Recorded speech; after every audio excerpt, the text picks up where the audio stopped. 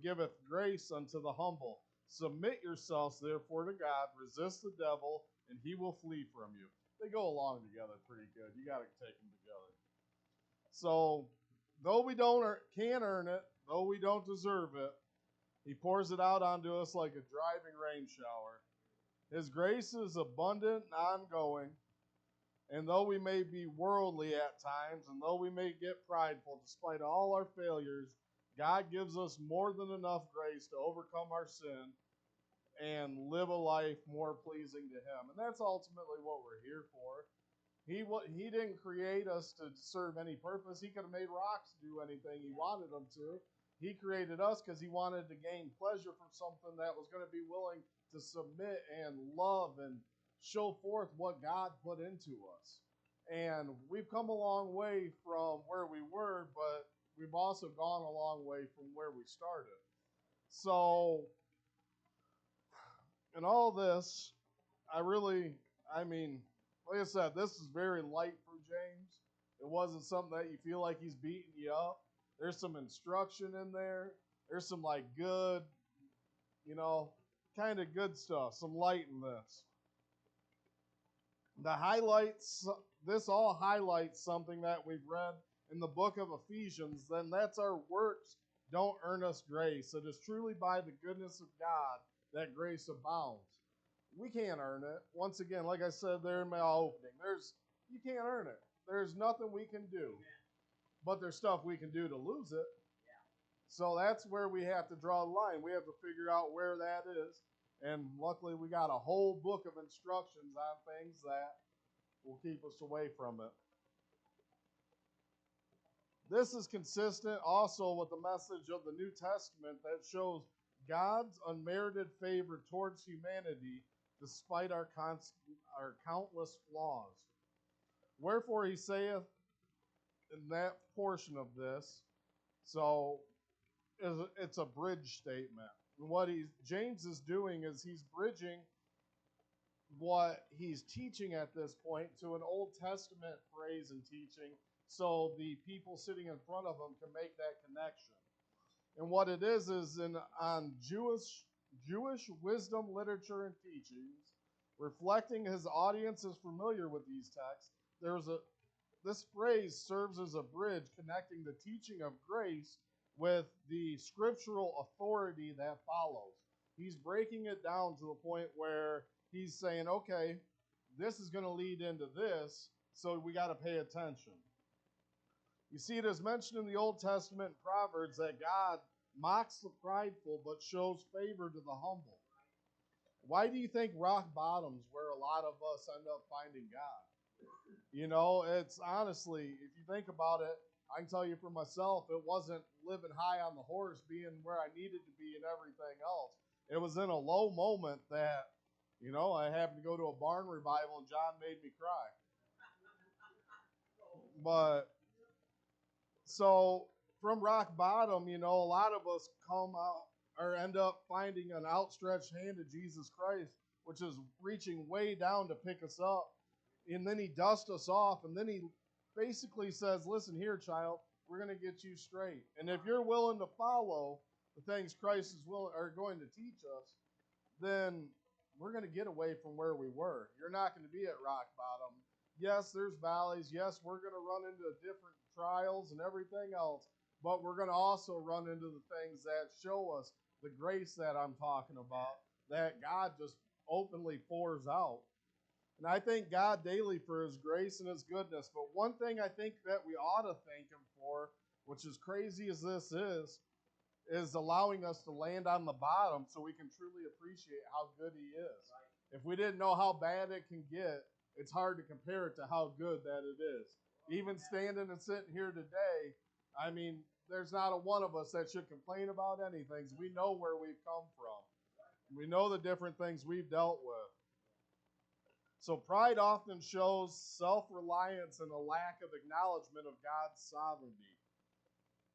If you're relying strictly on yourself, there's no room to rely on God. Right. And there's nothing that we can do not through Christ that's within us. So if we're not willing to rely on the source of all good things, all we're full of bad things that are going to end up showing themselves out. This is exhibited well in the fall of an angel named Lucifer. He got too big for his britches, and God didn't just set him down. You know, if I get up here and I start getting prideful, John will tell me to go sit down. He'll tell me to take some time, and he'll tell me to fix what's wrong. But God not only sets Lucifer down, he sent him down, and he's awaiting the gates to open for his home, which is even further than where he landed the first time. He's going to end up lower than us, lower than our feet, than anything else. The opposition of God to the proud is a warning that pride leads to the downfall and separation from God. Humility is presented as a key to get God's grace. This is also reflected in Matthew because where Jesus blesses a poor spirit, or blesses the poor in spirit. When you think you've got it all and you think that you've got it all going on, Jesus isn't going to fight you for it. He's going to say, okay, let me know how that works out for you. Then he's going to say, I'll be right here. Because he doesn't go nowhere. But he's going to let you learn. You got to learn a hard lesson every now and then. You know, I'm being a parent now. I can't tell you how many times I tell my kids not to do something, and then they keep doing it, and I'm just like, all right. Sit back and watch. Get a Band-Aid and an ice pack ready. And call it good when it happens, you know. You got to learn a hard lesson. So we need to recognize our reliance on God and be humble to observe his will for our lives that are not that of our own. This is also very essential for our spiritual growth and maturity. We were given a perfect example around 2,000 years ago on a hill called Calvary, where Jesus, though being in the form of God, humbled himself to obedience of death, and he gave himself so that we may be saved. Jesus Christ went to a cross not because he had to, but because we needed him to. If it weren't for that, we'd be in a very much so darker place today. And let me say it this way: humility is the best, or is the way to exaltation and favor for God himself. That's how God's going to find us. If we live in humility, he's going to be willing to exalt us and willing to favor us. But the moment that we live outside humility and we think we are doing good on our own, he's going to humble us in a hurry. And I'd rather be humble myself than humbled by God. So I'm going to break my own rule here, like I said. Riley already gave me permission. And I'm also going to touch on verse 7. Verse 7 is a clear instruction on what we are needing to do then. No asking, no wondering, just simply submit. We must give ourselves fully over to God. That's step one. Give yourself to God. I mean, Romans teaches us what we need to do for our salvation, but to really live and be in what God wants us to be in, you got to submit. If you're going to fight him, he's not going to be fighting as hard to get you there because you're not listening. You're not obedient at that point. This is a voluntary act of yielding to God's authority and his will. That's what submitting means. We're going to voluntarily just give ourselves over, yield any and everything of our own, and we're going to give into his will for our lives. God guide us, take us. The Greek phrase for this, and I always, like I said, I ain't no scholar. I don't know a lot of Greek, but every now and then I like to pick up on a little bit of this, is hypotasso, which implies a readiness to obey and align oneself under God's command.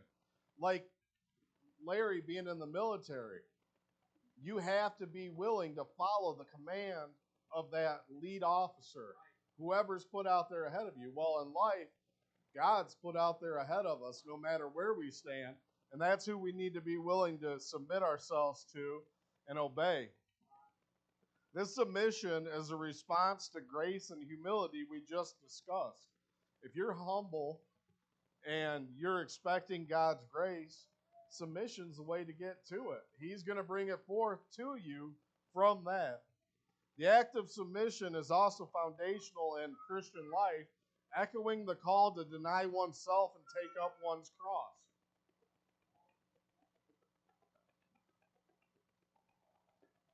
I always worry about him. I don't need to make no diving stops, so I'm going to end up needing help myself.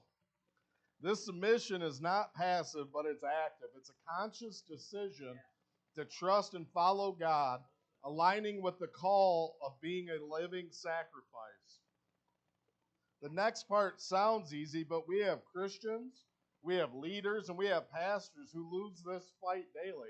And I'm not condemning anybody, but I know for a fact that it's a real struggle.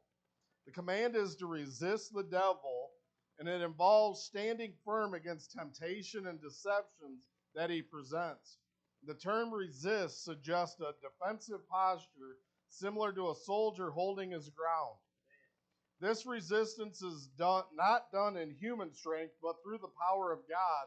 And as believers, we're called to put on the full armor of God, and that's going to strengthen us to take on anything the enemy brings. Historical context shows that early Christians faced significant spiritual and physical oppositions, making this exhortation particularly relevant. They went through stuff that it almost took it to where you didn't have to say anything about it. They were going to naturally act in a manner that they needed to, or else they knew what was coming from it. The resistance involves both rejecting sin and clinging to righteousness, as seen when Jesus' own resistance to Satan's temptations in the wilderness. I believe it's in the book of Matthew. Satan tried to give Jesus stuff that was already his. That's like going to a garage sale and they try selling you stuff back. It don't work that way. So, as he's going to run from us like a whipped puppy. He already knows that you're spoken for, but when we allow him in the cracks, he thinks he can get us. This is talking of Satan. But we already stand in victory with Jesus, and that serpent can crawl back up under our boots and just get trampled on. This promise assures believers of victory over the devil when they stand firm in faith. The assurance that the devil will flee is rooted in the authority of Christ, who has already defeated Satan through his own death and resurrection. The imagery of fleeing suggests a retreat, indicating the devil's power is limited and can be overcome by those who are steadfast in their faith. Imagine that. We stand here with Christ living inside of us, the one who's already defeated the devil. He knows it, but if you're not willing to stand on it, he'll take advantage of it all the way through. But if you're willing to stand up and say, through Christ who lives in me, he's going to cower. He's going to run. He's going to flee, just like this verse says. This echoes the promise that God will not allow believers to be tempted beyond what they cannot bear, and he will always provide a way out. The daily spiritual warfare of the church should amplify the importance of this promise we get here from James. If we remain faithful and hopeful and rely on his strength and not our own, life isn't going to be perfect. He never promised a perfect life. But instead, we're going to be able to rely on God, knowing that the devil can't do nothing without permission and will flee as soon as the Holy Spirit's winding up a haymaker. Thank you.